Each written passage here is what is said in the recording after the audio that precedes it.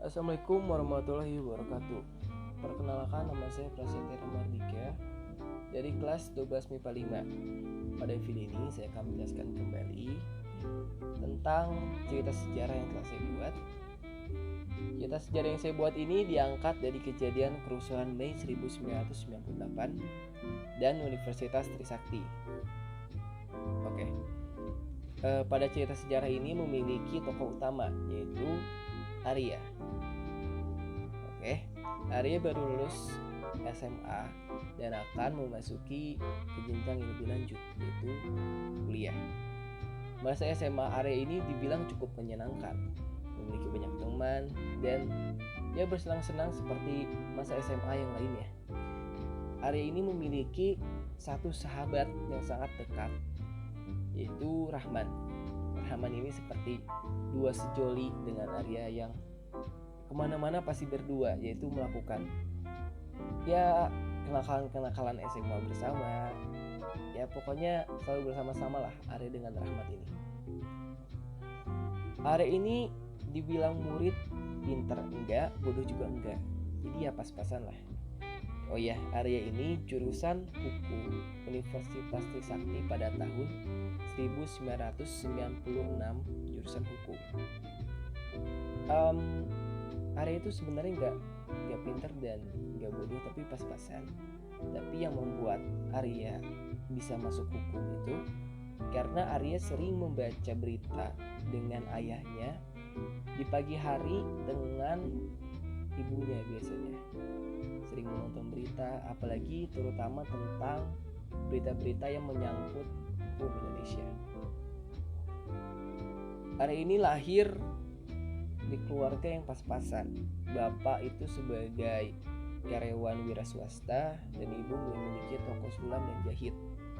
Oh ya, Arya ini bukan anak tunggal, memiliki kakak yang bekerja sebagai tentara angkatan darat, tetapi tidak sering pulang, jadi sering tinggalnya di barak.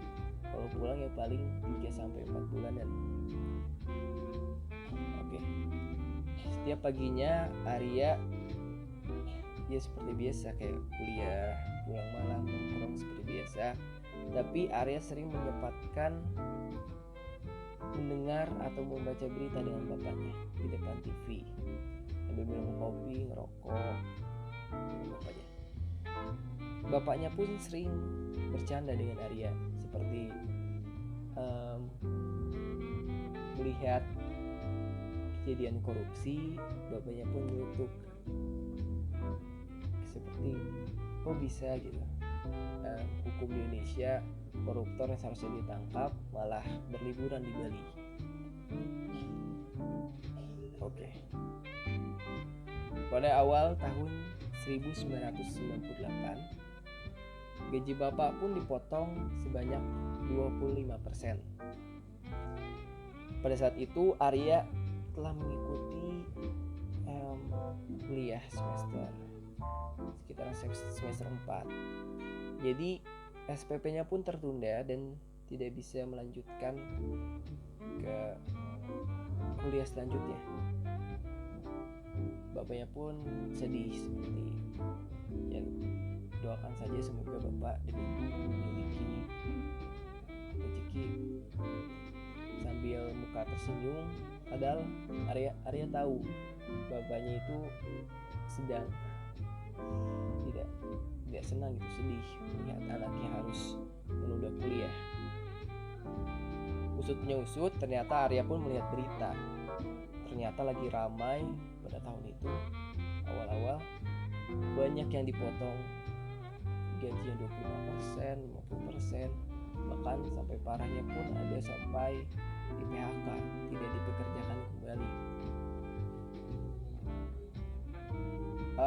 Ternyata ini dilatar belakangi dengan kejadian Juli 1997. Perekonomian di daerah ASEAN sedang tidak baik-baik saja dan mengalami kekacauan dan kepanikan yang dirasakan pada 3 negara tersebut.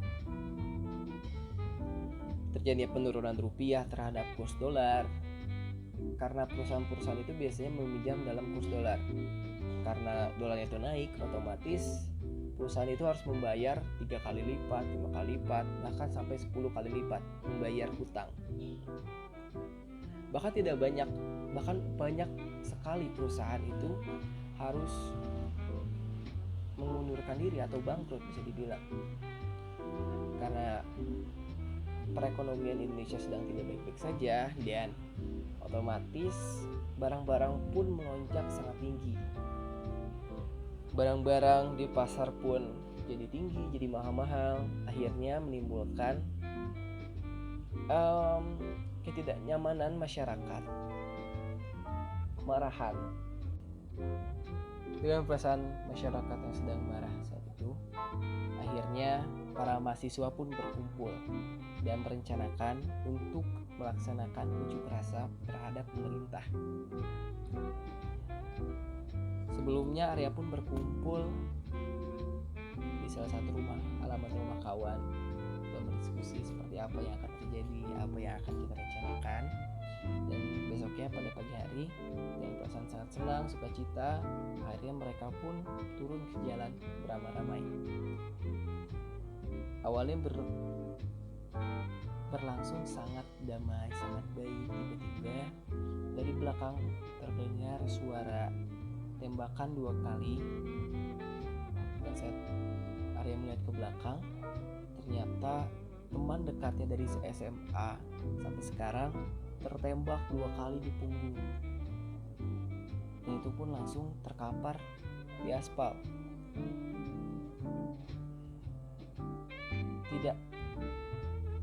Tidak menyelamatkan, mahasiswa pun akhirnya berlarian. Entah kemana, ada yang ke rumah warga, ada yang berlarian ke tempat aman. Pokoknya mereka semua berlarian untuk menyelamatkan diri sendiri pada saat kondisi saat itu. Akhirnya Arya pun berlarian ke rumah warga dan bersembunyi. Ternyata untungnya Arya pun bersembunyi di rumah dosen salah satu area belajar, yaitu Universitas Sakti. Ternyata dosen ini pun cukup suportif untuk mendukung unjuk rasa yang dilakukan oleh mahasiswa. Arya pun diberi makan, diberi minum, sambil di luar pun masih terdengar suara water cannon, masih terdengar suara kerusuhan.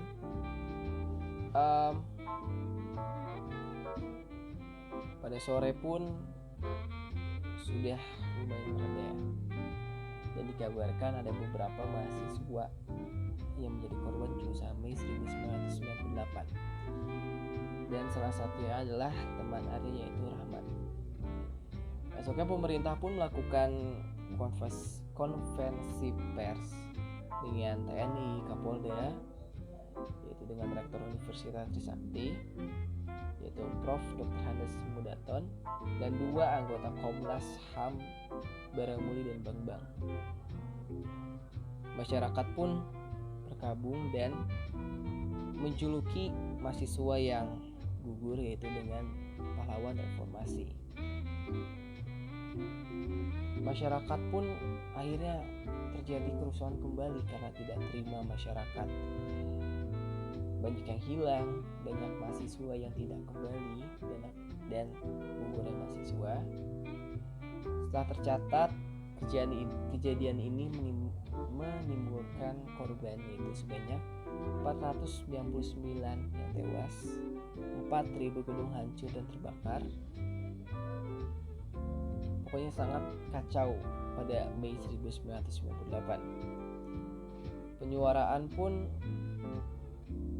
dari kemarin akhirnya berbuahkan hasil. Ketua DPR dan MPR pun mengumumkan hasil rapat meminta agar Presiden Soeharto secara baik dan bijaksana sebaiknya mengundurkan diri daripada menimbulkan kerusuhan kembali. Akhirnya Soeharto pun pada tanggal 21 Mei 1998 akhirnya mengundurkan diri dan diganti dengan B.J. Habibie pun dilantik menjadi presiden baru. Pesan moralnya adalah kita harus menyuarakan pendapat dengan baik agar adanya keselarasan pendapat dengan masyarakat dan pemerintah, dan kita harus berpikir kritis dan bijaksana dalam menyuarakan pendapat. Terima kasih. Sekian dari saya. Maafkan bila ada kesalahan kataan. Wassalamualaikum warahmatullahi wabarakatuh.